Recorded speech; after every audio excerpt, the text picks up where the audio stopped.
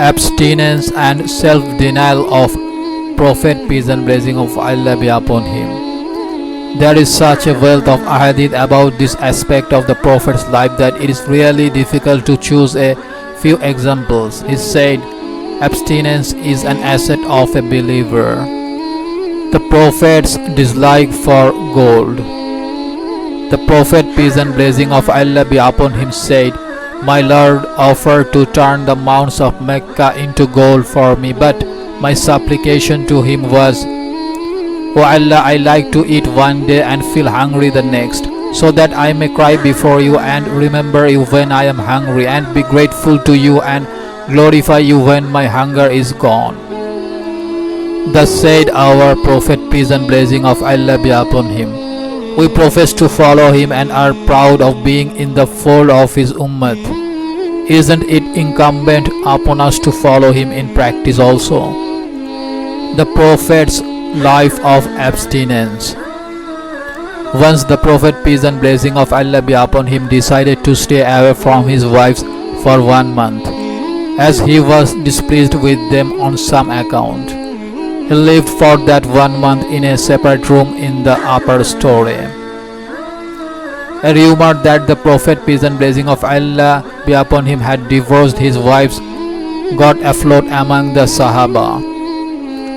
When Umar, may Allah please with him, heard of this, he came running to the mosque and found the Sahaba sitting in groups, struck with grief over the Prophet's suffering. He went to his daughter Hafsa, may Allah please with her, who was a wife of the Prophet, and found her weeping in her room. He said to her, why are you weeping now? Have I not been warning you all times to refrain from any act likely to cause the Prophet's displeasure? He returned to the mosque and found some of the companions sitting near the pulpit and weeping. He sat there for some time but could not sit for long due to his excessive grief. He went towards the room where the Prophet, peace and blessing of Allah be upon him, was staying. He found Rabah, may Allah please with him, a slave sitting on the steps. He asked him to go and inquire of the Prophet, peace and blessing of Allah be upon him, if he could allow Umar, may Allah please with him, to meet him. Rabah went inside and came back to inform him that the Prophet, peace and blessing of Allah be upon him, held his peace and said nothing. Umar, may Allah please with him, returned to the mosque and sat near the pulpit. Again the anguish eating his heart would not allow him any rest, and he requested Rabah to convey his request to the Prophet a second time. The Prophet, peace and blessing of Allah be upon him, did not make any answer this time too.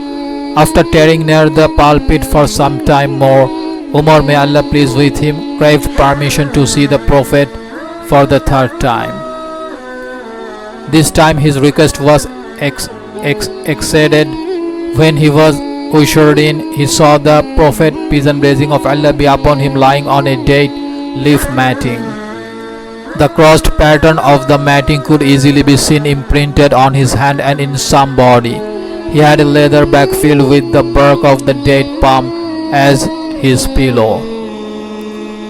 Hazrat Umar, may Allah please with him, says, I greeted him with Assalamu alaikum and inquired, have you divorced your wives, O Prophet of Allah? He answered in the negative. Much relieved, then I made bold to remark a bit amusingly, O Prophet of Allah, we the Quraysh have always been having the upper hand over our women, but in case of the Ansar of Medina, it is the women who have the upper hand. Our women have also got influenced by the women over here. I said a few more similar things which made him smile. I noticed that the contents of his room consisted of only 3 pieces of tanned skin and a handful of barley lying in a corner. I looked about but I failed to find anything else. I began to weep. He said, why are you weeping? I replied, O Prophet of Allah, why should I not weep? I can see the mat's pattern imprinted on our body, and I am also beholding all that you have got in this room.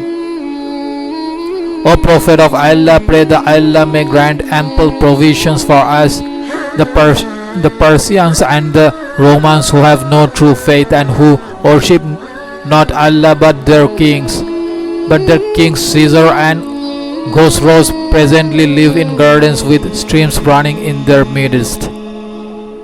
But the chosen prophet and the accepted slave of Allah does live in such a dire poverty.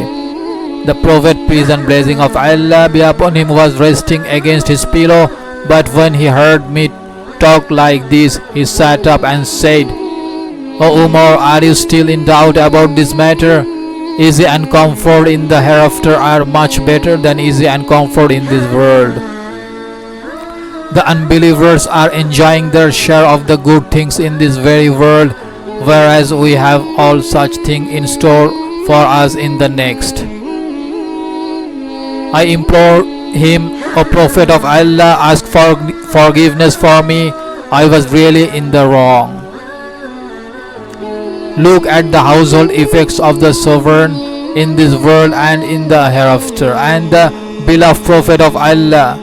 See how he rebukes Umar when he asks him to pray for some relief and comfort. Somebody inquired of Aisha, may Allah please with her, about the bedding of the Prophet, peace and blessing of Allah be upon him, in her house. She said it consisted of a skin filled with the bark of date palm. The same question was put to Hafsa, may Allah please with her. She said it consisted of a piece of canvas which I spread double folded under him. Once I laid it fourfold in an effort to make it more comfortable. The next morning he asked me, what did you spread under me last night? I replied, the same canvas, but I had four-folded it instead of the customary double fold. He said, keep it as it was before. The additional softness stands in the way of getting up for tahajjud. Now let us look around and survey the furniture of our bedrooms. We who live in so much comfort never hesitate to complain of hard times, instead of being grateful and more obedient to Allah for His bounties. To get new episodes, click subscribe button.